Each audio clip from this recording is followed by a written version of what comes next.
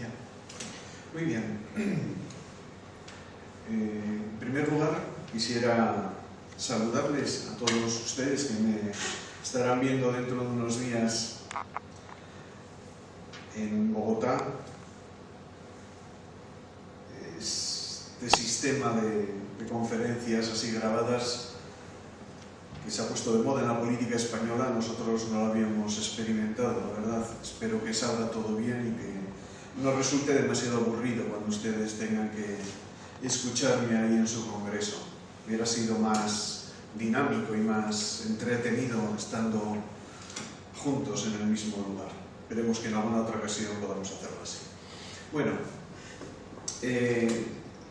la reunión que ustedes están celebrando y para la que inicialmente habíamos previsto que yo también pudiera asistir, luego no ha sido posible, tenía que ver con la formación del profesorado universitario. Sobre eso también versará la conferencia de hoy y por lo menos este pequeño monólogo que yo intentaré realizar desde aquí. Le he puesto el mismo título que ustedes tienen para todo el congreso, la formación pedagógica y didáctica de los profesores universitarios. Y quisiera partir de una primera consideración sobre las características de la educación superior y cómo a veces, aunque por analogía pretendemos trabajar y pretendemos referirnos al profesorado universitario como al resto del profesorado de los otros niveles educativos, esto no siempre es verdad, ¿no? Y como dicen Menkes y Austin, la educación superior se diferencia mucho de los otros niveles educativos porque se desarrolla en un contexto distinto, porque posee propósitos diferentes. Y sobre todo, por lo que nos afecta a nosotros, que una de las características importantes de estas diferencias es que todo lo que tiene que ver con la formación y con el profesorado en general, y más en concreto con todo este mundillo de lo que es la formación y el perfeccionamiento, la carrera docente del profesorado universitario.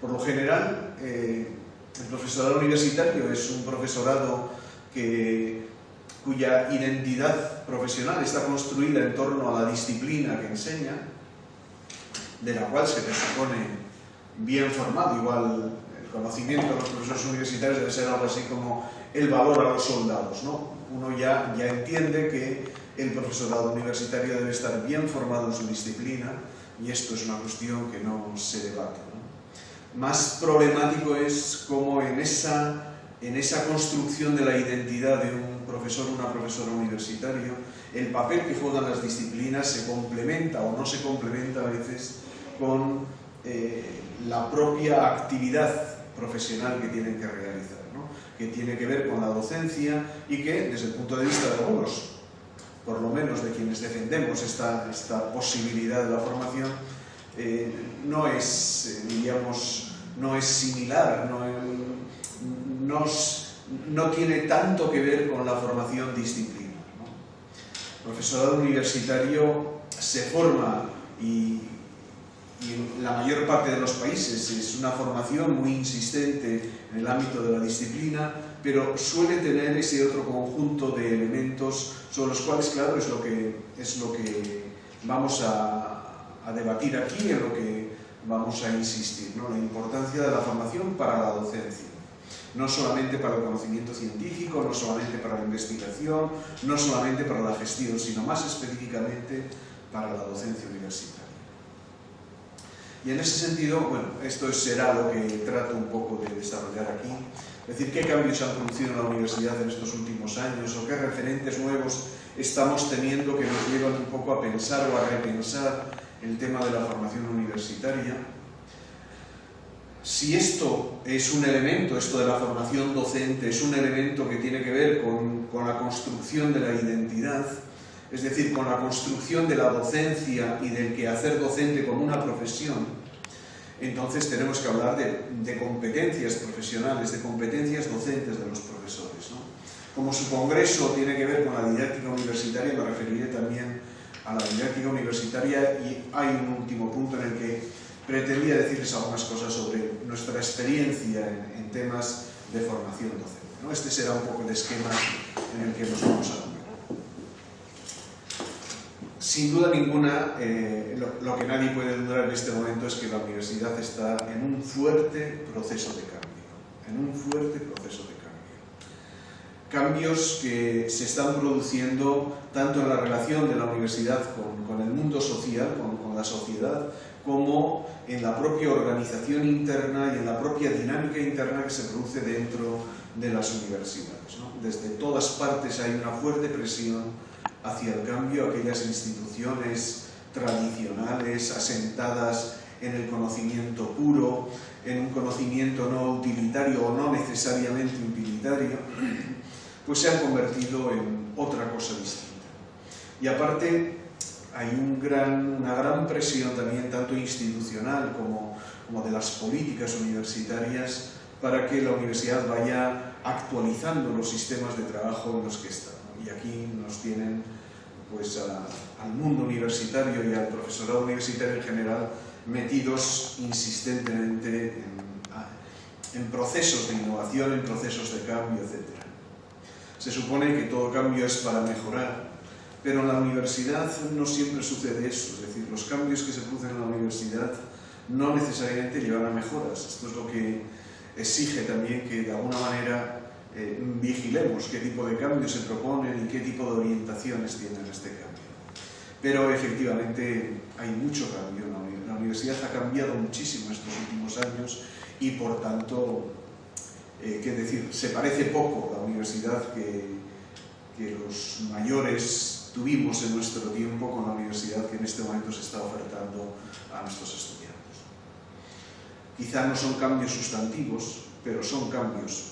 Y esto es un poco lo que quería explicar con esta primera diapositiva, ¿no? Que efectivamente la universidad actual está experimentando muchos cambios en todo lo que tiene que ver la tecnología instrumental.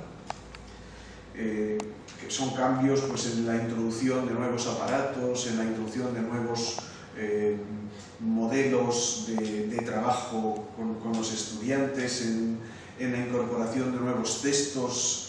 Es decir, son cambios en todo lo que el proceso, diríamos, de enseñanza tiene, ¿no?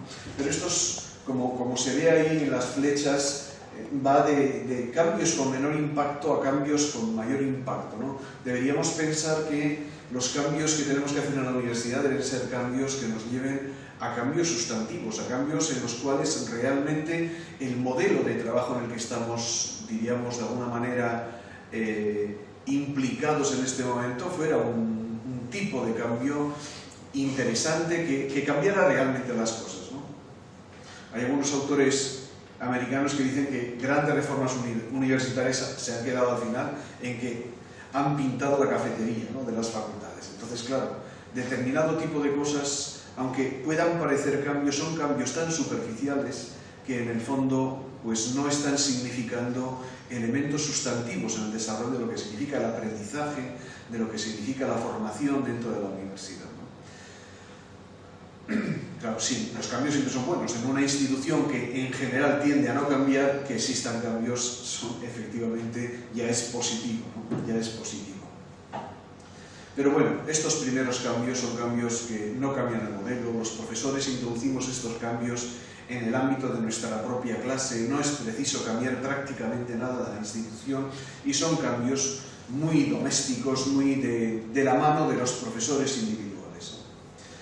Un segundo nivel de cambio es el cambio en las infraestructuras o en los patrones organizativos. Ahí sí que ya empieza a haber cambios que afectan de una manera más clara al desarrollo de lo que se está trabajando en la universidad. El hecho de que aparezcan buenas bibliotecas, de que se trabaje más con laboratorios, de que en la organización tengamos, pues qué sé yo, que aparezcan prácticas en empresas, que aparezcan determinado tipo de elementos que cambian la organización del trabajo que se está haciendo. Esto ya significa cambios más fuertes en lo que es la propia formación y en la propia dinámica de la formación en la que se desempeñan las universidades. Tercer nivel de cambio son cambios en la planificación o en la estrategia que se está haciendo, ¿no? Claro, insistimos mucho en estos momentos en temas de planificación porque el hecho de que los profesores planifiquemos, el hecho de que unas facultades planifiquen, el hecho de que las universidades planifiquen y tengan planes estratégicos y se propongan metas a medio y largo plazo, significa que ahí ya se van incorporando, si es que se hace, ¿no? Se van incorporando elementos que traen cambios mucho más sustantivos. Es decir, plantear que en el marco de, qué sé yo, que en el proceso de 4 o 5 años nuestra universidad va a pasar de tener un 15% de doctores a tener un 25% de doctores, esto ya significa un cambio muy sustantivo en lo que va a significar para esta universidad el poseer una plantilla bien formada, ¿no? El que nos digamos que en el plazo de una serie de tiempos vamos nosotros a reducir el nivel de fracaso escolar en un determinado porcentaje, significan cambios y compromisos profundos de la institución, ¿no? El señalar a cada profesor que tiene que planificar el trabajo que va a hacer de manera tal que tanto él como sus estudiantes sepan qué tipo de estructura va a tener el trabajo en las materias, ya es un cambio mucho más sustantivo que el cambiar un libro de texto o el introducir o el subir algunos materiales a internet, ¿no? Que era el nivel del cambio instrumental. Cuarto nivel de cambio ya es mucho más profundo, es un cambio en los roles de profesores y estudiantes, ¿no? Cuando el profesor deja de ser una persona informante y el alumno deja de ser una persona, diríamos, que va a la universidad a informarse y a recibir información que luego él trabajará por su cuenta, ¿no? Cuando unos y otros trabajan desde otra perspectiva, cuando los alumnos incorporan investigaciones, cuando ellos tienen que hacer sus propios proyectos, cuando, diríamos, el papel que unos y otros desempeñan es distinto, ahí ya está cambiando un elemento sustantivo de lo que es hacer enseñanza, ¿no? Y finalmente, claro, al final todo tiene que llegar a que los profesores y también los estudiantes cambiemos un poco el chip. Es decir, si uno no cambia el chip, los otros cambios que puede hacer, diríamos, van a generar mucha disonancia y al final, ¿qué es lo que suele suceder? Acabamos volviendo siempre a hacer las mismas cosas que estábamos haciendo hace un tiempo. Es decir, por mucho que yo cambie una técnica de evaluación de mis estudiantes, si lo que sigo pensando sobre la evaluación es lo mismo que pensaba cuando utilizaba una técnica anterior, acabaré cambiando la técnica y volviendo a hacer congruente mi idea de lo que es evaluar al tipo de sistema que utilizaba para poder evaluar a mis estudiantes. Lo mismo sucede si lo que yo sigo pensando que es enseñar y sigo pensando que enseñar es explicar a mis estudiantes la lección, puedo cambiar de metodología porque me presionan o porque el momento es adecuado, pero acabaré volviendo a explicar y dará lo mismo que tenga delante 80 estudiantes como que tenga 25, porque al final, si lo que yo entiendo que es enseñar es explicar la lección, acabaré explicándoles la lección a mis estudiantes. Es decir, que lo que quería señalar es que hay diversos niveles de cambio. Uno se puede proponer, diríamos, orientar la formación del profesorado a introducir distintos niveles de cambio, pero no tengo claro que se pueda hacer saltos en el vacío, es decir, que sin cambiar infraestructuras podamos llegar a cambios en la concepción de la enseñanza. No lo tengo demasiado claro y la experiencia no es esa. Pero, en definitiva, uno tiene que ir tendiendo poco a poco a ir avanzando en los niveles de cambio y a ir subiendo cada vez más en el impacto que estos cambios puedan tener en el trabajo que estamos haciendo. Después, el cambio en la docencia, claro, la universidad actual está en un momento determinado, ¿no? Nosotros en Europa estamos en toda esta dinámica que ha generado Bolonia y que ha generado este proceso de convergencia al espacio europeo de educación superior. Pero lo mismo que están ustedes en un proceso similar del espacio americano, latinoamericano de educación superior. Al final, esto genera contextos de cambio que resultan interesantes a la hora de poder plantear sobre qué nuevos ejes puede ir, diríamos, desarrollándose este cambio en la universidad. Para nosotros aquí en Europa, la idea de Bolonia y lo que nos está aportando Bolonia es que vamos a ir avanzando, eso es lo que se pretende realmente, en una serie de líneas que son como nuevos principios, como nuevas dimensiones sobre los cuales debería ir progresando la educación superior. La primera de ellas es la que tiene que ver con el lifelong learning, que esto para la universidad, por lo menos para nuestra universidad, ha sido todo un, diríamos, un descubrimiento, un giro de 180 grados, porque efectivamente de pensar que la formación tenía que hacerse en el periodo universitario y que nuestros estudiantes deberían salir de la universidad ya formados como profesionales y con disposición de poder ejercer plenamente su profesión, hoy ya tenemos claro que esto no es así, que uno no se forma como profesional en los 4 o 5 años que puedan durar una carrera universitaria y que la formación se hace a lo largo de toda la vida. Con lo cual, yo no tengo que, diríamos, ni sufrir ni hacer sufrir a mis estudiantes para intentar enseñarles todo lo que tienen que saber como profesionales en los 5 años de su carrera universitaria o en los 4 años ahora de su carrera universitaria.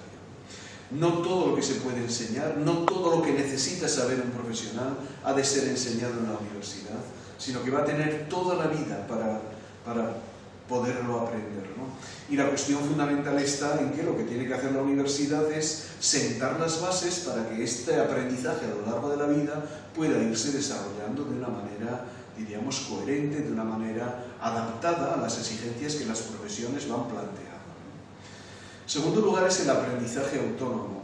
Nosotros tenemos, por lo general, o hemos tenido unas tradiciones universitarias en algunos países, más que en otros, pero en España en concreto, unas tradiciones universitarias muy memorísticas, muy de aprender las cosas de una manera muy supeditadas a lo que los profesores nos iban enseñando, ¿no?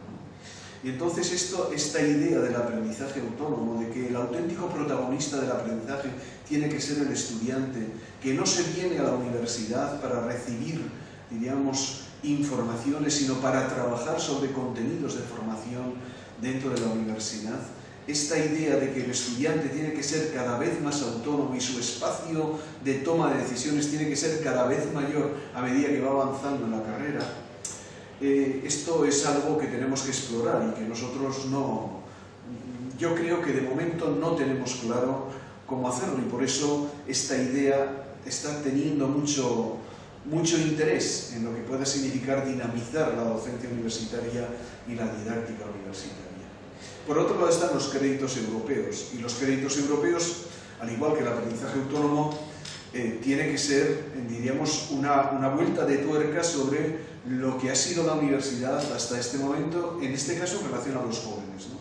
La universidad ha sido una institución pensada desde el profesorado y organizada desde el profesorado, ¿no? Y entonces los tiempos, la toma de decisiones ha estado siempre en manos de los profesores, ¿no? En cambio, los créditos, en este contexto europeo, se han pensado como créditos de los estudiantes, es decir, como el tipo de compromiso que un estudiante tiene que asumir para poder llevar bien su trabajo. Y en ese sentido, claro, hasta ahora las materias se medían en términos de horas de clase que dábamos los profesores y ahora se pretende que las materias se vean en términos de hora de trabajo, de horas de trabajo que tienen que realizar los estudiantes, pero con una ventaja añadida, es decir, añadida para los estudiantes. Plantearse que un estudiante no se dedica solamente a estudiar, tiene que vivir su vida, ¿no?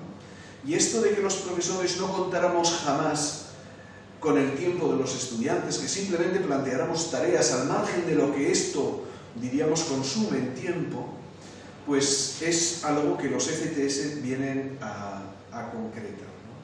Son entre 1.400 y 1.600 horas de trabajo de los estudiantes al año. Y todo lo que tienen que hacer para la universidad, para sacar adelante su carrera, tiene que caber en esas 1.400, 1.600 horas al año. Por tanto, esto para nosotros va a significar que son 60 créditos al año, 30 créditos en cada semestre, que para nosotros son cuatrimestres, y que de alguna manera lo que los profesores podemos proponer a nuestros estudiantes tiene que entrar en ese tiempo.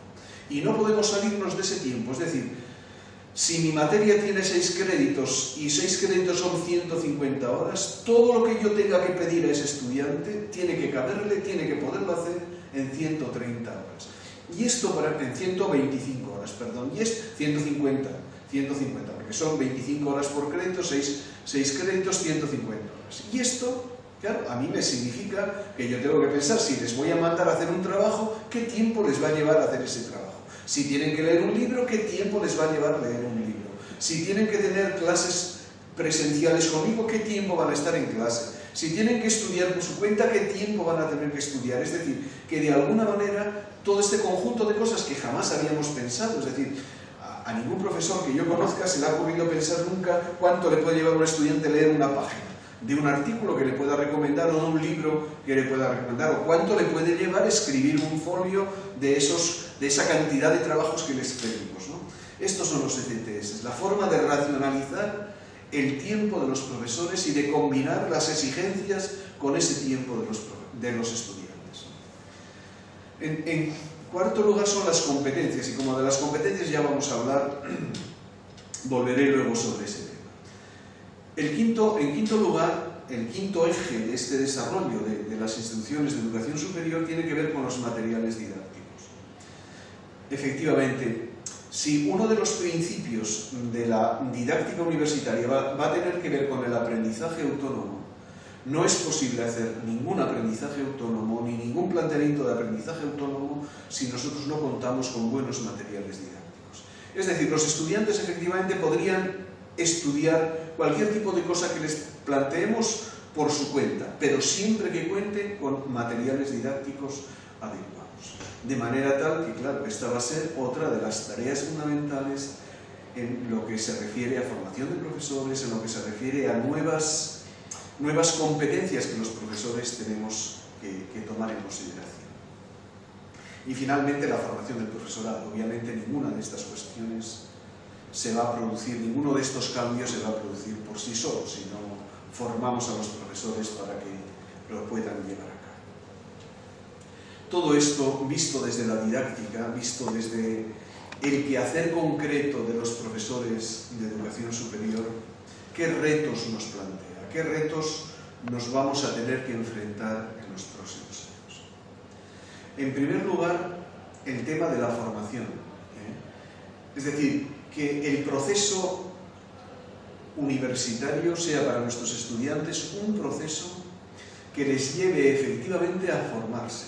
No solamente a saber más cosas, sino a formarse. Sea lo compleja que sea la manera que tengamos de reinterpretar el sentido de la formación. Con mucha frecuencia se ha intentado, diríamos, minimizar o minimalizar la idea de formación, entender que formación es prepararse para desempeñar un puesto de trabajo. Y esto obviamente no es una visión de la formación. Efectivamente podemos decir que una persona está formada cuando sabe desempeñar bien la tarea profesional para la que se está preparando, pero incluso sabiendo desarrollar bien esa tarea profesional, puede ser que esta persona no haya mejorado como persona en los años universitarios, no se haya enriquecido personalmente, no posea esas otras cualidades que deberían caracterizar a una persona que ha pasado por la universidad, ¿no?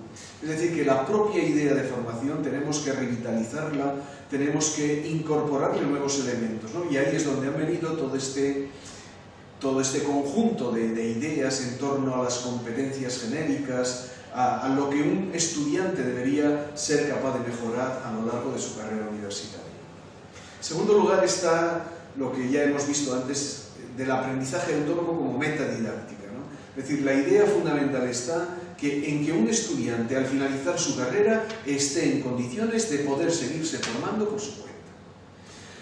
No va a tener más clases, no va a tener más trabajo con profesores, algo que se quiera inscribir en un máster o que quiera hacer su doctorado, pero ya así también tendría que ir tomando cuenta de su aprendizaje autónomo, ¿no? La idea fundamental está, por tanto, en cómo hacer que un estudiante se vaya adueñando de su propio proceso de formación y vaya siendo capaz de regularlo, de autogestionarlo, de saber cómo organizar su propio proyecto de vida y su propio proyecto de formación desde toda la experiencia que ya ha recibido en la universidad, de cómo ir poco a poco organizando. Esto significaría que, hombre, cuando un estudiante entra en la universidad, los primeros años de vida universitaria, los primeros cuatrimestres, pueden ser una serie de cuatrimestres más directivos, donde el espacio que ocupamos los profesores, diríamos el protagonismo de los profesores, sea mayor y el protagonismo de los estudiantes sea menor. pero a medida que va avanzando en la carrera, lo que se tiene que producir es una cesión progresiva de protagonismo por parte de los profesores y un aumento progresivo de protagonismo por parte de los estudiantes, de manera tal que al finalizar la carrera nuestro papel como profesores sea mucho menor del que era, mucho menos protagonista, mucho menos presencia, diríamos, directiva del que era cuando empezó la carrera de este estudiante en sus primeros años. En cambio, si nos fijamos y si entramos en clases de primer curso y de último curso, de primer cuatrimestre y de último cuatrimestre en las carreras de nuestros estudiantes, veremos que las cosas han cambiado poco. Y han cambiado poco en la metodología, han cambiado poco en el papel de los profesores, y esto significa que no, estos estudiantes no están aprendiendo a ser autónomos, no, en realidad todo el modelo, diríamos, de desempeño universitario que les estamos ofreciendo es un modelo de desempeño muy similar en los primeros años y en los últimos años. El tercer aspecto importante de lo que va a significar para los profesores, luego lo vamos a ver cuando hablemos de la didáctica universitaria, es el trabajo colaborativo como sistema docente, ¿no? El modelo en el que estamos metidos es un modelo muy individualista, donde cada profesor hace la guerra por su cuenta y donde cada uno tiene su librillo y cada uno va haciendo el trabajo que podríamos hacer juntos, que sería mucho más rico hecho entre varios y que de alguna manera simplificaría y organizaría de otra manera también los procesos de aprendizaje de los estudiantes. Y esto, claro, no es solamente una cuestión que tenga que ver con la voluntad o con las actitudes de los profesores, sino que tiene que ver con la estructura curricular en la que estemos trabajando, ¿no? Por eso, desde mi opinión, y ya insistiré también un poco más en eso, hoy en día el tema de los diseños curriculares de las universidades es un tema central. Si no cambian los diseños curriculares, es muy poco probable que vayan a cambiar las cosas dentro de lo que es, tanto desde el punto de vista del tipo de formación que vamos a hacer de nuestros estudiantes, como del tipo de aprendizajes que ellos van a desarrollar con nosotros, como desde el tipo, diríamos, de dinámica general de este intercambio entre profesores y estudiantes que se va a producir. Volveremos luego también sobre este asunto. Otro de los puntos importantes para nosotros, ustedes todavía esto lo están iniciando y tendrán que darle más vueltas, es el tema de la internacionalización.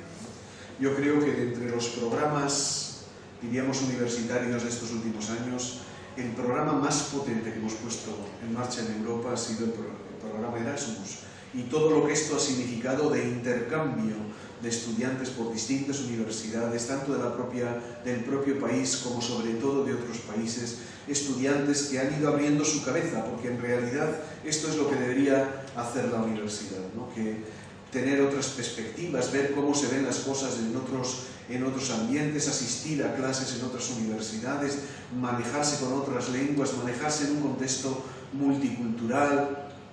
Y esto ha sido uno de los elementos fundamentales en los que yo creo que la universidad tiene que volver a trabajar.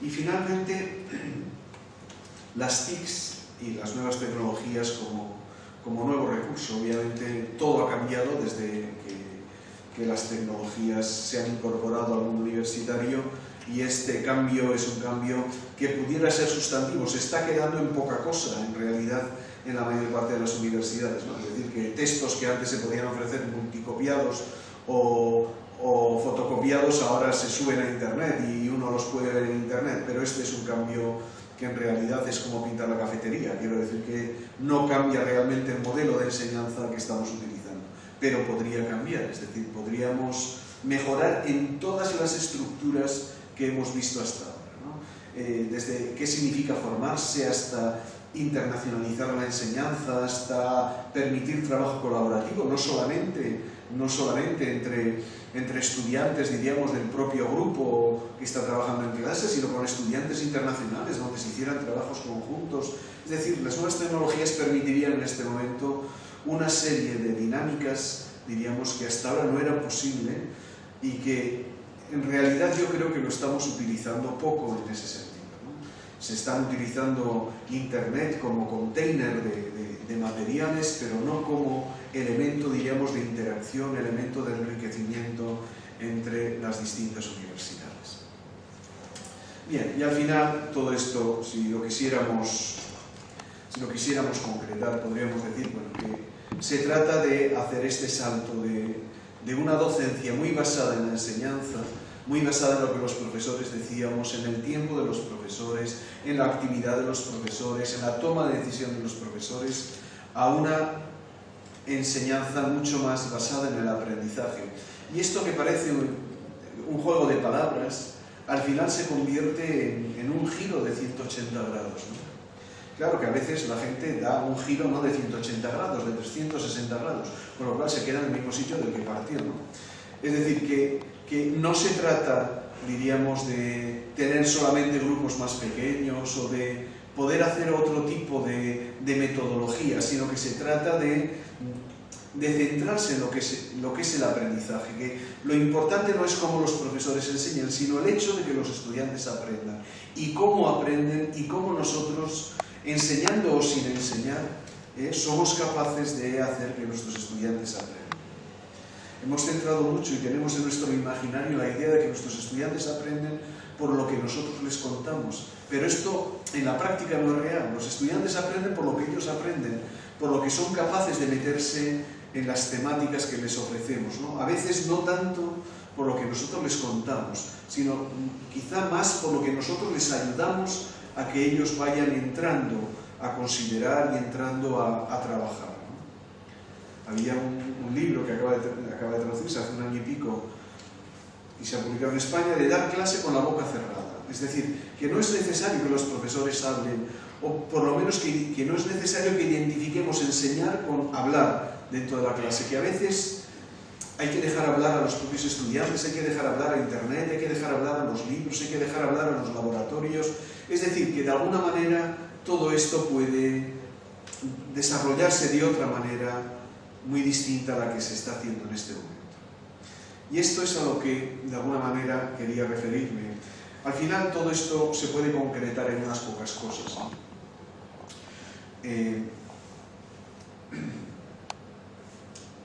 Hemos ido generando en estos últimos años, a medida que ha ido avanzando el trabajo, que hay cada vez más inquietud, que hay cada vez, diríamos, más conocimiento también sobre cómo funciona la universidad, sobre cómo funciona el aprendizaje dentro de la universidad. Creo que se han ido sedimentando en estos últimos años una serie de convicciones desde mi punto de vista muy relevantes y que forman un poco la base, los cimientos de lo que podríamos llamar esta idea de la pedagogía universitaria. Son convicciones de unos pocos todavía, todo hay que decirlo, porque la cosa está muy verde y no todos aceptarían estas ideas. Supongo que tampoco todos los que me están escuchando entre ustedes. La primera de estas ideas, de estas convicciones, es la importancia de la docencia. Bueno, puede parecer de perogrullo que uno tenga que decir que la docencia es importante, pero no todo el mundo piensa que esto sea así.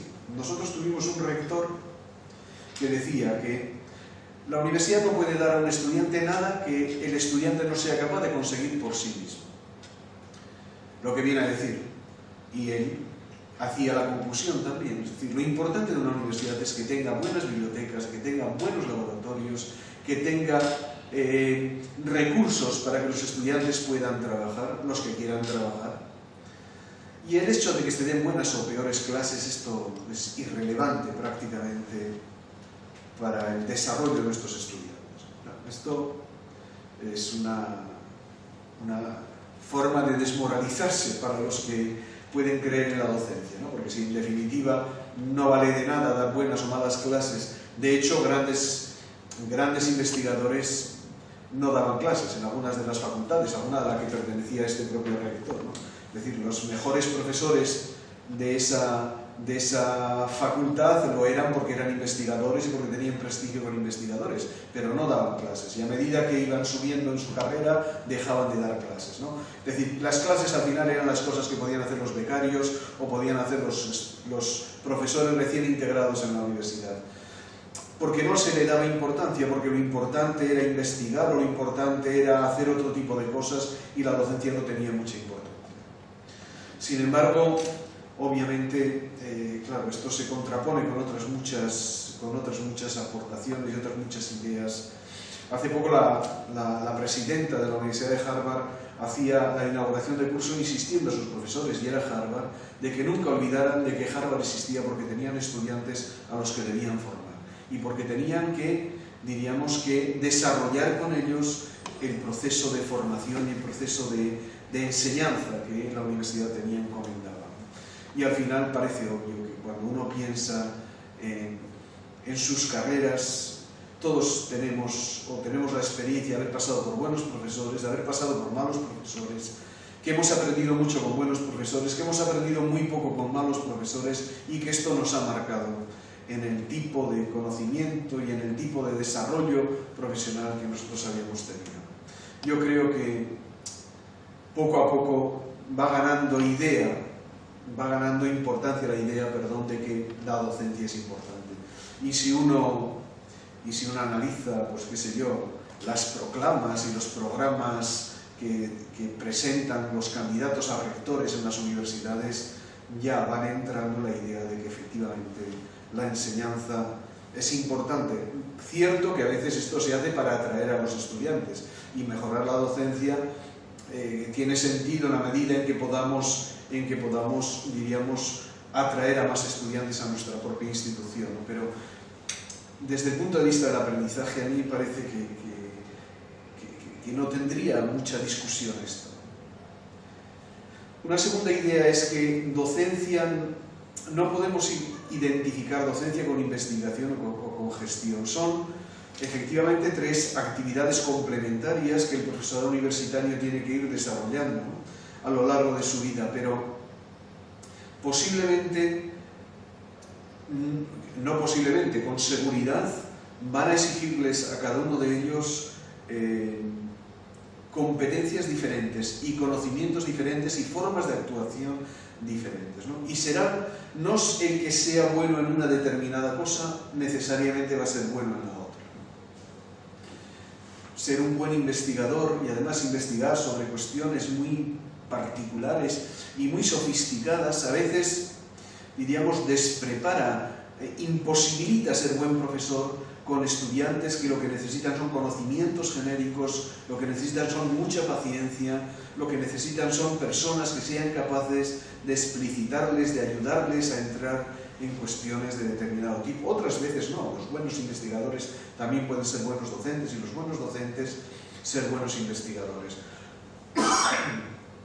Pero no necesariamente las cosas tienen que asimilarse, ¿no? Y no digamos nada con la gestión. Personas que pueden desarrollar muy bien tareas de gestión no necesariamente son buenos para la investigación ni son buenos para la docencia. La tercera idea, la tercera convicción es que la calidad de la enseñanza no tiene mucho que ver con la práctica. Es decir, personas que llevan muchos años como profesores o como profesoras no por esto son mejores profesores, ¿no? Es decir, la mucha práctica no siempre da buen conocimiento, no siempre mejora las competencias, ¿no? No solamente en el campo de la enseñanza, sino en otros muchos campos. Hay gente que conduce su carro desde hace muchísimos años y no por eso lo conduce ahora mejor que lo hacía cuando era joven, ¿no? Pero en la enseñanza esto es especialmente claro. La mucha práctica da oficio, es decir, te da tablas, te da más tranquilidad en el trabajo que tienes que hacer, pero a veces no mejora los procesos. Porque es una práctica que para convertirse en conocimiento requiere de otro tipo de elementos, requiere de reflexión, requiere de evaluación, requiere de, diríamos, de contacto con colegas con los cuales de alguna manera se pueda compartir aspectos problemáticos, soluciones halladas, etc., ¿no? De manera tal que a veces cuando la práctica es pura práctica, uno simplemente repite cosas y hace al final las mismas cosas que hacía al principio porque no ha encontrado mecanismos de salir de lo que han sido las rutinas que él mismo ha ido estableciendo, ¿no? Cuando le protestaba a un asistente a una conferencia, a un profesor inglés, a una conferencia de formación de profesores, y le decía: oiga, profesor, ¿cómo nos viene ahora a contar este tipo de cosas si muchos de nosotros ya llevamos 25 años trabajando en la universidad y siendo profesores? Y el conferenciante aún tuvo la osadía de preguntarle: oiga, profesor, ¿usted está seguro de que tiene 25 años de experiencia? ¿No será que tiene un año de experiencia repetido 24 veces? Porque, claro, decir que uno tiene 25 años de experiencia da la impresión de que uno ha ido mejorando cada vez más el tipo de trabajo que hacía, ¿no? Pero claro, uno puede tener ese primer año de experiencia en el cual ya ha sentado unas determinadas bases que ha ido repitiendo sistemáticamente a lo largo de estos otros 24 años. Bueno, y esto al final lo que hace es que la docencia es una profesión, y como tal profesión pues tiene todo un conjunto de competencias que van vinculadas a esa profesión, es decir, al ejercicio competente de la profesión, a un ejercicio de calidad de la profesión, porque toda profesión se puede ejercer de una manera competente, con profesionales competentes, o se puede hacer en plan chapuza, de manera que te sale de cualquier manera, si no la valoras, si no la tratas bien, si no te formas para eso, si no vas, diríamos, introduciendo este mecanismo del aprendizaje a lo largo de la vida, de la formación para el ejercicio de la profesión, etcétera, etcétera. Al final, estas convicciones lo que hacen es poner en crisis algunas de las ideas, de los estereotipos que se manejaban en el mundo universitario y en el mundo que tiene que ver con la enseñanza universitaria, ¿no? Por ejemplo, que a enseñar se aprende enseñando. Esta es una idea que hemos tenido o que se ha ido manejando en el ámbito universitario desde siempre, ¿no? Que tiene que ver con esto que decía de la práctica. Yo cuanto más enseño, mejor sé enseñar, ¿no? Suponiendo que, claro, todos queremos hacerlo lo mejor que podamos. Y piensen que no estoy defendiendo la idea de que la gente lo hace mal, de que nuestros colegas universitarios lo hacen mal a propósito. No, no, en absoluto. Yo calculo que nadie lo hace mal a propósito y que todo el mundo lo hacemos lo mejor que somos capaces de hacerlo, ¿no? Pero claro, hacerlo lo mejor que somos capaces de hacerlo, si nunca nos hemos formado para hacerlo mejor, pues siempre se va a quedar ahí en una serie de bases. Y con todo, es cierto que se aprenden muchas cosas enseñando, es decir, que muchos elementos, a medida que vamos teniendo más experiencia, vamos efectivamente teniendo también, no digo que más conocimiento, que vamos teniendo más práctica, que sabemos manejarnos mejor con la práctica, pero que esa práctica se convierte en conocimiento y ese conocimiento nos permita introducir modificaciones sustantivas en el trabajo que vamos haciendo para mejorarlo. Esto es lo que de alguna manera entra en crisis, ¿no? Que todo buen investigador sea un buen docente, ya he insistido en esto, aunque se sigue repitiendo de manera sistemática esto en muchos foros sobre enseñanza universitaria. Que aprender depende del alumno y que por tanto, bueno, pues si yo veo que mis estudiantes no saben, lo tengo claro, la culpa es de ellos, es decir, a mí qué demonios me compete en eso. Yo les he explicado lo mejor que he sabido explicarles, les he enseñado lo que sé, y hay gente más tonta y gente más lista. Los listos aprenden y los tontos no. Y esto, diríamos, justifica a muchos profesores el poder decir: mira, mi clase hay un 80% de suspensos, de reprobados, pero yo no tengo la culpa. Quiero decir que a mí qué me cuenta. Yo he hecho lo que tenía que hacer y son ellos los que no han hecho lo que tenían que hacer, ¿no? Esta idea también entra en crisis, pero no del todo, porque todavía sigue habiendo muchísimos reprobados, que no es que no tenga que haber reprobados, pero que desde luego cuando hay un número de reprobados que ya da la impresión de que esto no depende de los propios profesores, tendríamos que tomar en consideración qué es lo que nosotros hacemos al respecto. Y un cuarto punto que tiene que ver con que la calidad de la universidad depende de los recursos, ¿no? Que es otra de las ideas de calidad que de alguna manera solemos manejar tanto en la vida universitaria como en el aspecto de la educación en general, ¿no? Es un buen colegio aquel que tiene muchos recursos y es un mal colegio aquel que tiene pocos recursos. Y a veces en la universidad esto no resulta válido, ¿no? Es cierto que hay determinado tipo de infraestructuras que mejoran o podrían mejorar el trabajo en la universidad. El tener más laboratorios, el tener mejor bibliotecas, el tener recursos informáticos y recursos virtuales, ¿no? Pero no siempre la calidad de los recursos mejora la calidad de la enseñanza. Bien, y al final, los cambios en la universidad, no podemos olvidar que la buena enseñanza no depende solo de lo que hace el profesorado. Esto para mí se ha convertido en una de las ideas clave en estos últimos años en lo que vengo trabajando con las universidades, ¿no? Es cierto que la buena enseñanza requiere buenos profesores. Es cierto eso desde mi punto de vista, ya lo decía, porque la docencia al final requiere que la hagamos bien y es importante. Pero la buena enseñanza no solamente depende de lo que hace el profesorado, depende de las infraestructuras que se tenga, depende para mí muchísimo del diseño curricular que hayamos sido capaces de organizar y de implementar. Es decir, hay muchos factores, no solamente el profesorado es un factor importante, siendo como es muy importante también el profesorado. Pero no podemos cargar tampoco todas las políticas de calidad en políticas de formación del profesorado, porque por mucho que podamos formar al profesorado, esto no va a cambiar de manera sustantiva el trabajo que se hace en la universidad si a la vez no cambian otras cosas dentro de la universidad. Otro aspecto que desde mi punto de vista tiene muchísima importancia, es que tenemos que ver la universidad como un ecosistema. Y un ecosistema tiene elementos que a veces, diríamos, se toman poco en consideración. Es decir, no es una institución a la que se viene solamente a estudiar. Es una institución, o se viene solamente a enseñar, si lo vemos desde la perspectiva de los profesores, ¿no? Es una institución donde se viene a vivir.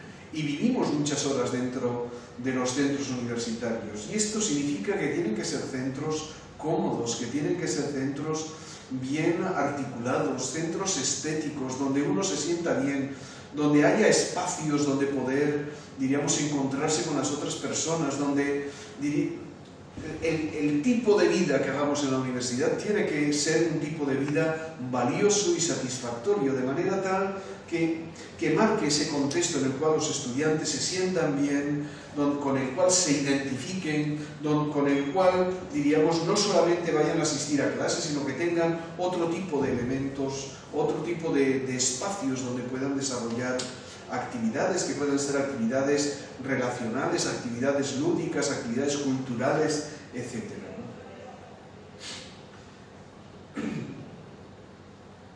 La tercera idea, ya la hemos ido repitiendo, que el hecho de que los alumnos aprendan y qué aprendan y cómo aprendan, es también cosa de sus profesores.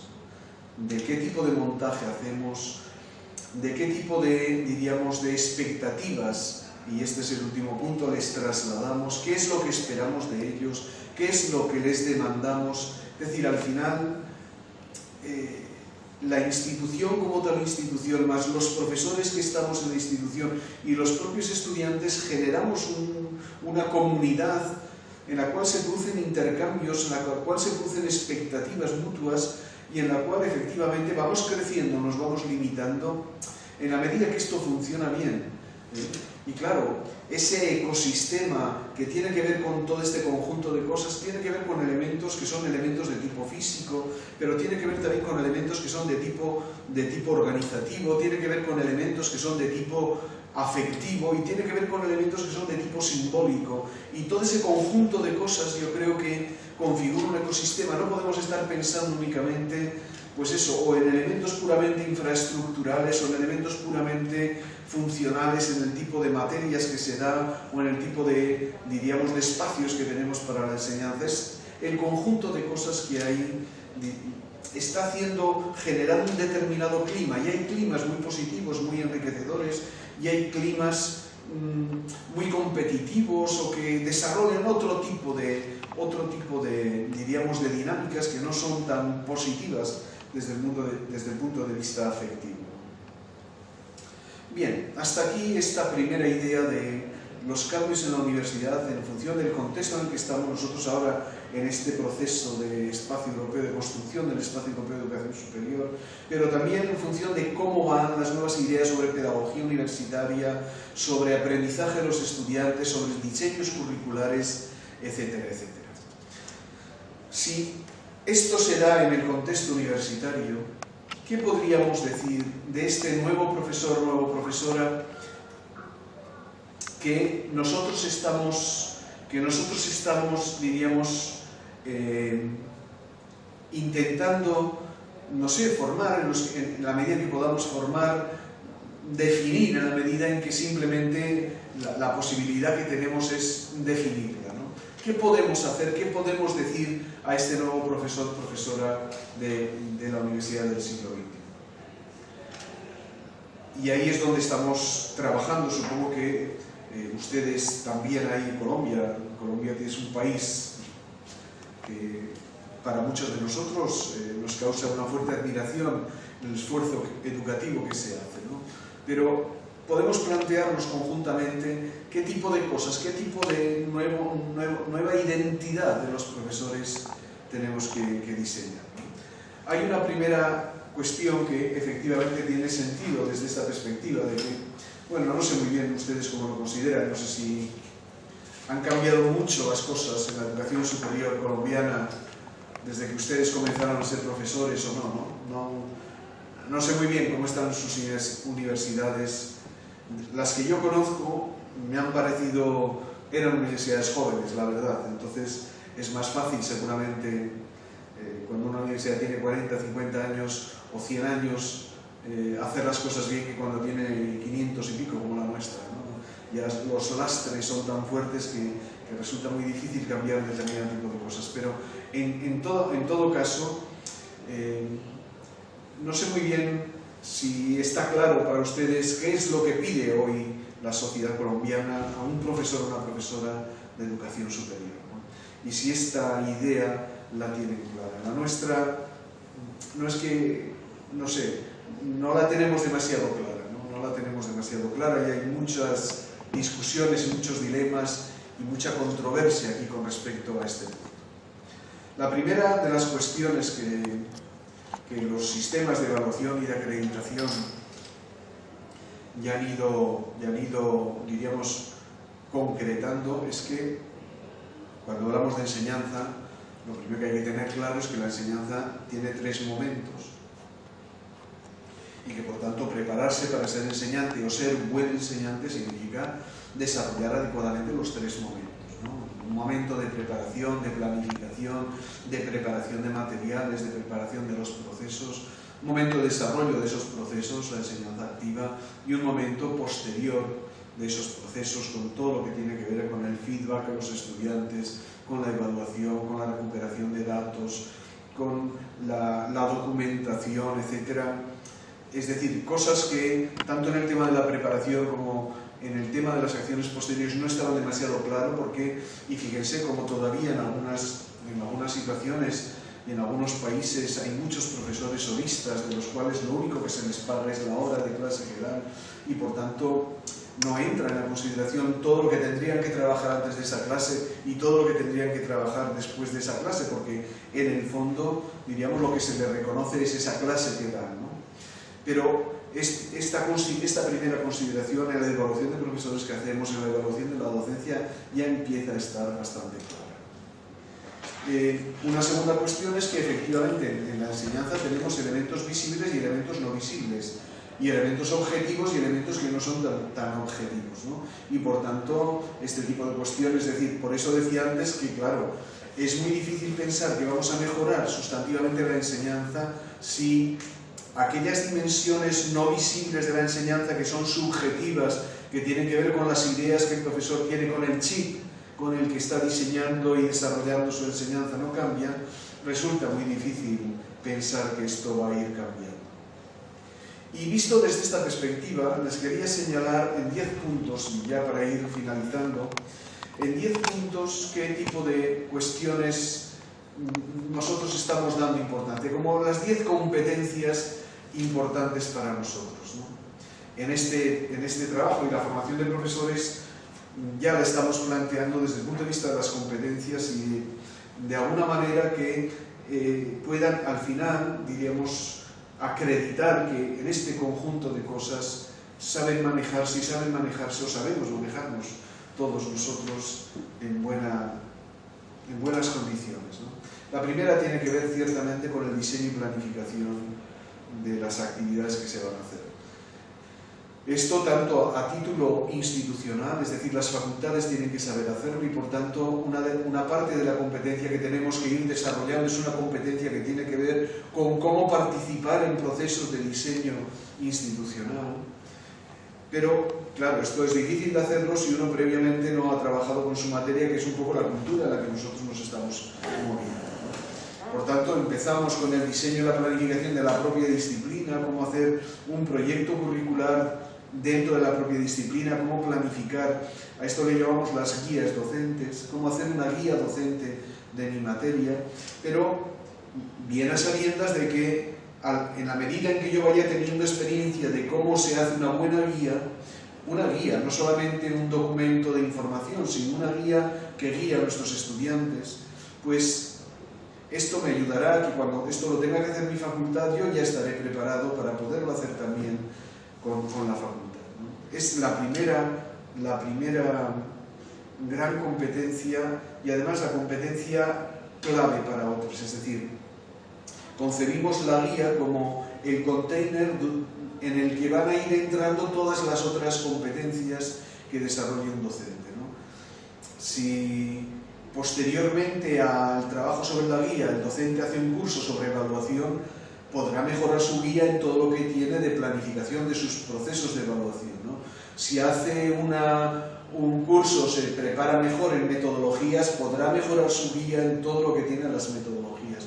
Es decir, que la guía es como un primer diseño, un boceto de lo que puede ser una buena planificación de su trabajo que después se va enriqueciendo a medida que uno en las otras competencias va también mejorando, ¿no? El segundo gran campo de trabajo y de formación, la segunda gran competencia, por decirlo de alguna manera, es la que tiene que ver con la organización la organización de las condiciones y el ambiente de trabajo, ¿no? Al final, esto de decir que el profesor tiene que ser un gestor de ambientes de aprendizaje es mucho más que una palabrería pedagógica, ¿no? Es decir al profesor que efectivamente el ambiente de trabajo que sea capaz de montar con sus estudiantes tiene una importancia sustantiva en la forma en que van a trabajar, en que van a aprender estos estudiantes, ¿no? Para mí en estos últimos años ha tenido mucho interés la metáfora que utilizan Osei y Waresville sobre coreografías didácticas. Esa será mi próxima publicación, además, sobre coreografías didácticas, es decir, la importancia de la coreografía como un elemento que va a condicionar el propio proceso, diríamos, de aprendizaje de los estudiantes. Ellos hablan de coreografías externas y coreografías internas. La coreografía externa es aquella organización del ambiente que el profesor va generando, que a su vez permite que exista una coreografía interna que va a suponer el proceso de aprendizaje que este estudiante sigue, ¿no? Al final, diríamos, la hipótesis es que las coreografías externas de alguna manera condicionan la coreografía interna. La forma que tengamos de enseñar y la forma de organizar el proceso de enseñanza-aprendizaje va realmente a influir en el proceso mental que el estudiante siga a la hora de organizar su propio proceso de aprendizaje, ¿no?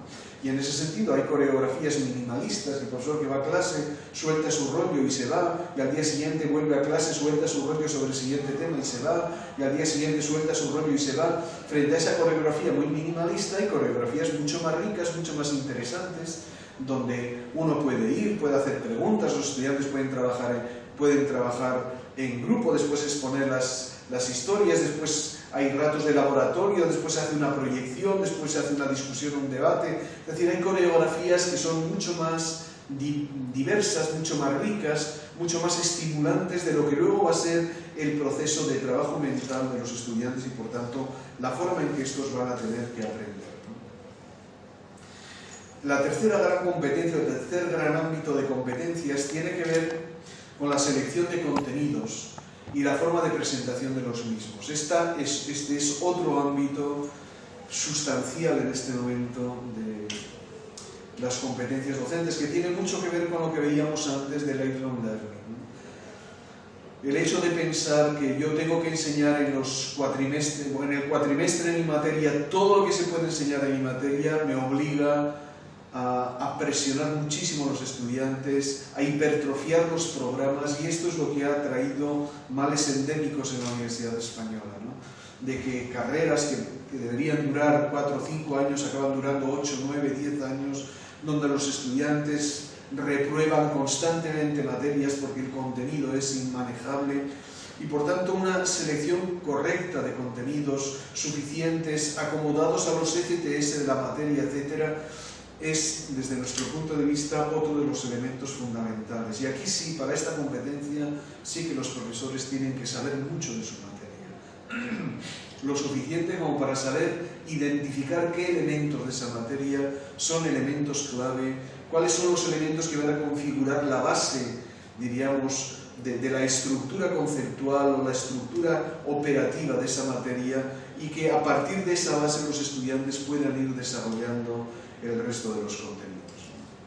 La cuarta competencia tiene que ver con la capacidad de desarrollar materiales de apoyo a los estudiantes, ya lo decía antes, no solamente materiales de apoyo en el sentido más general de toda la planificación, sino luego, pues eso, dosieres,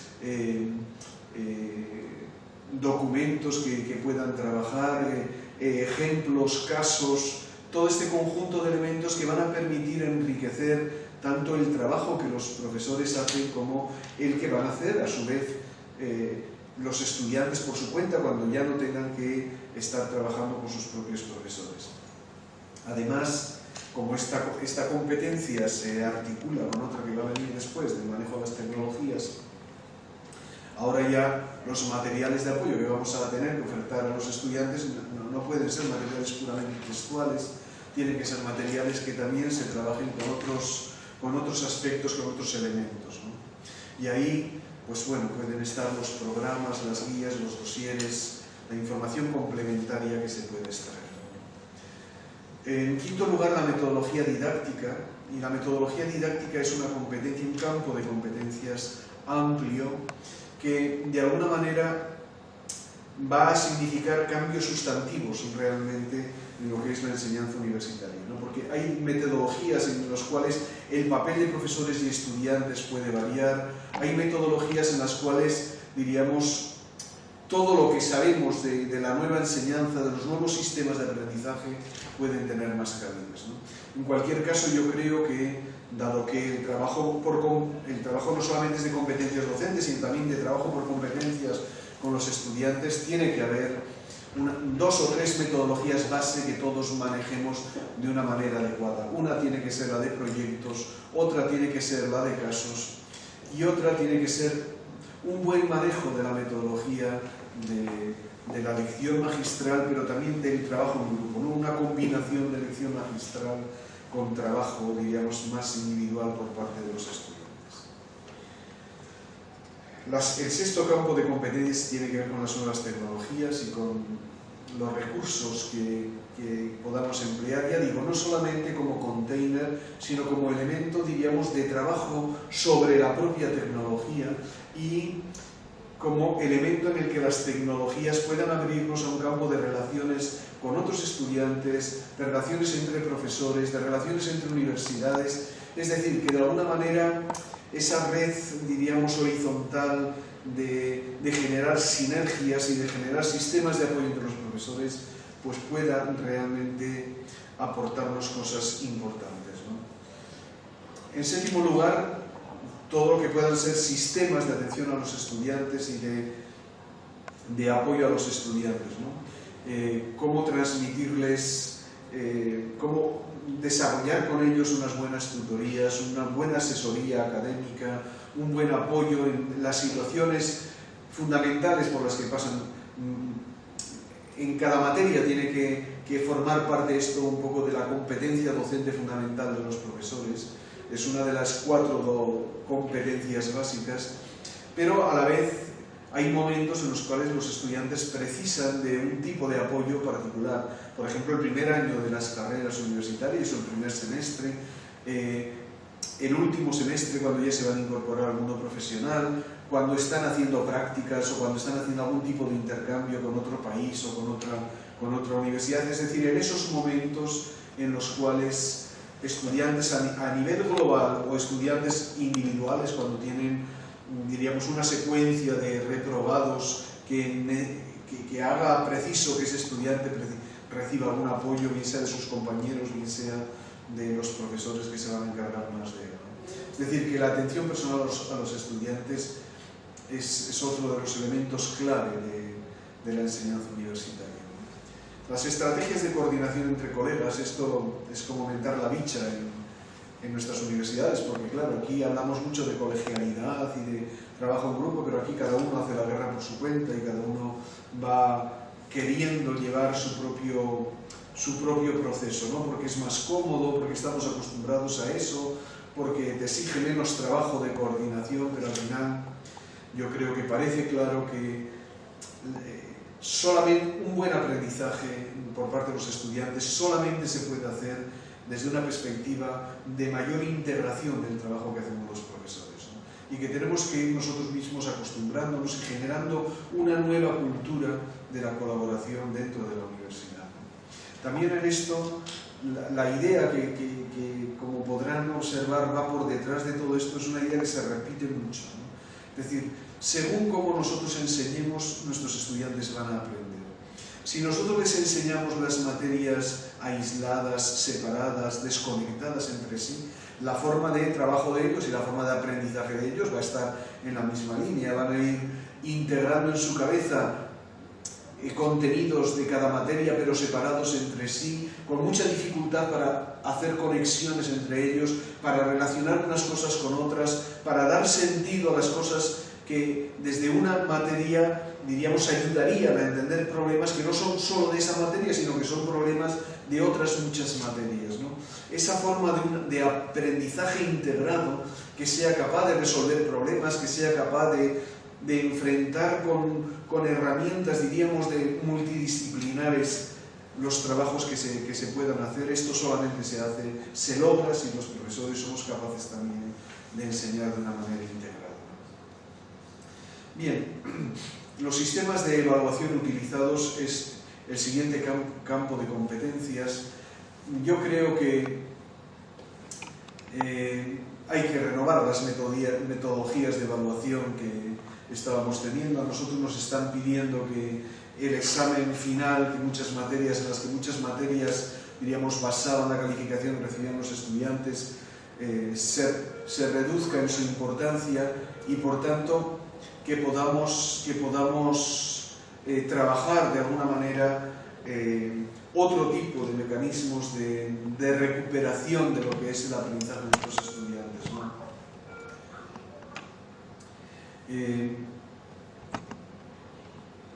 Y finalmente, los mecanismos de revisión del proceso, ¿no? Estos mecanismos de revisión del proceso son mecanismos que tienen que ver con cómo, metidos como estamos en sistemas de garantía de calidad y en sistemas, diríamos, de evaluación de la docencia, nosotros necesitamos realmente establecer mecanismos de documentación de nuestro trabajo, bases de datos que permitan buscar evidencias cuando nos las pidan y tener, diríamos, al día nuestros datos, ¿no? Y por tanto, esto tiene de positivo para nosotros que nos va a hacer un feedback autosuministrado sobre el trabajo que estamos haciendo y, de alguna manera, que participaremos en nuestros propios procesos de evaluación en la medida que nuestras instituciones se vayan metiendo en esto, ¿no? Ya decía, es difícil pensar que la mera práctica me va a dar mayor conocimiento y, sin embargo, puede ser muy interesante que efectivamente nosotros mismos vayamos mejorando a través de la evaluación que estamos haciendo y también tengamos la posibilidad de que de alguna manera, diríamos, cuando se nos pidan otro tipo de datos, estemos en condiciones de poderlos suministrar. Bien, Decía que el tercer elemento iba a ser sobre didáctica universitaria, pero ya nos hemos pasado mucho del tema. Voy a dejarlo así en el contexto de lo que hemos marcado anteriormente por didáctica universitaria. Y quería acabar simplemente con una serie de, una mención a unos cuantos modelos de formación que están funcionando bien entre nosotros, que no sé muy bien si ustedes los están aplicando o no, pero que en definitiva yo diría que de los sistemas en que nosotros estamos trabajando y formando profesores han sido los que mejor han funcionado hasta ahora, ¿no? Porque también hay que entender que la formación de profesores universitarios puede tener distintas modalidades y basarse en distintos modelos, ¿no? Uno de estos modelos, el primero, el que se basa en el apoyo mutuo, es un modelo bastante extendido en las culturas europeas de formación de profesores universitarios, ¿no? Cuando los senior teachers, es decir, aquellos profesores más experimentados, hacen tutorías o hacen sistemas de apoyo a profesores noveles que están ingresando en el mundo universitario, ¿no? Entonces, algunas universidades que lo han puesto en marcha, no es un sistema muy generalizado, pero aquellas universidades que lo han puesto en marcha han tenido, diríamos, mucho éxito. Tanto los profesores mayores estaban encantadísimos de poder colaborar con profesores jóvenes, porque los profesores jóvenes también les traían mucha dinámica a ellos, les aportaban cosas interesantes, ¿no? Y para los jóvenes, esto de que aquí los lanzamos a la piscina sin más, sin mucho apoyo de la propia institución, también era un sistema interesante de poder ir, diríamos, teniendo el soporte de una persona que ya tenía mucha experiencia en el campo universitario.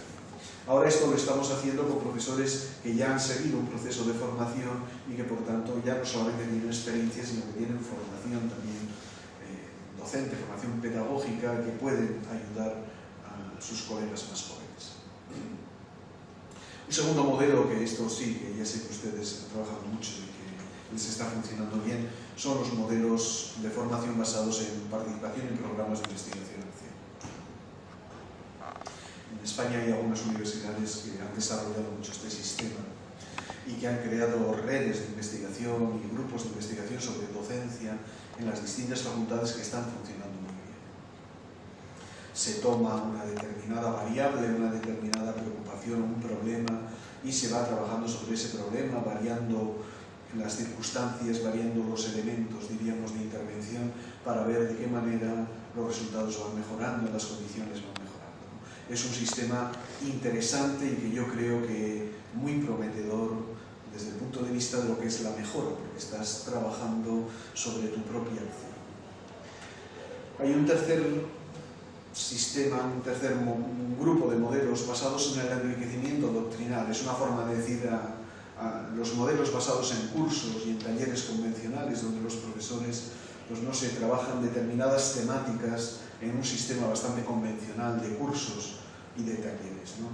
Y esto les va mejorando su conocimiento, van teniendo noticia de los conceptos que la didáctica universitaria emplea, del tipo de elementos y diríamos, de teoría que hay por debajo de determinado tipo de procesos y cómo esto se aplica a la práctica, se van metiendo en bibliografías especializadas. A mí me parece también un modelo interesante, ¿no? Si no se queda todo en pura palabrería o en pura doctrina, que al final, que es lo que ha pasado muchas veces a los cursos y talleres, ¿no? Que como la gente sabe más pero esto no le lleva a hacer una transformación real de las clases que está dando, del trabajo que está haciendo. Y en cuarto lugar, los modelos basados en la reflexión. Estos modelos basados en la reflexión han sido muy interesantes. Yo calculo que también ustedes lo habrán puesto en marcha, porque esto es un tipo de metodología muy utilizada a nivel internacional. Nosotros lo que hemos ido haciendo con esto ha sido observar y grabar clases de profesores y luego trabajar estas clases con ellos, ¿no? Ellos mismos son los que te van diciendo qué es lo que estaban haciendo allí, qué tipo de cosas. A veces se sorprenden de verse a sí mismos, de cómo estaban desarrollando el trabajo. Es muy fácil entrar en la discusión de qué otras maneras posibles podría haber de desarrollar esas actividades, etcétera, etcétera. Es muy potente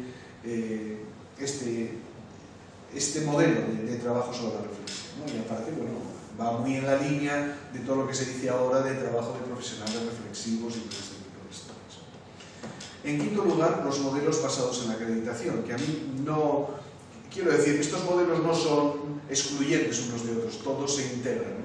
Pero este tema de modelos basados en la acreditación surge porque, claro, estamos en un mundo, el mundo académico, que es un mundo cada vez más centrado en la acreditación. Es decir, las administraciones educativas y las políticas universitarias están exigiendo a todo el mundo que se acredite y están exigiendo que, diríamos, que vaya teniendo una serie de niveles de acreditación reconocibles, ¿no? Y entonces, a mí lo que me parece y lo que he venido defendiendo en estos últimos años es que efectivamente vamos a... que el proceso de formación que sigan los profesores esté realmente acreditado. Y ellos, quiero decir, no solamente basado en la motivación intrínseca del beneficio que les puede aportar la formación, sino que tenga también un cierto apoyo de motivación extrínseca, ¿no? Y por tanto que no se trate solamente de hacer cursos o de hacer talleres, sino que al final el profesorado que participe en esto vaya haciendo un proceso acumulativo de méritos para obtener una determinada titulación reconocible en el mapa de las titulaciones o de los títulos que los países manejan, ¿no? Esto también tiene que ver con el sistema ECTS, porque pertenece a la misma filosofía, ¿no?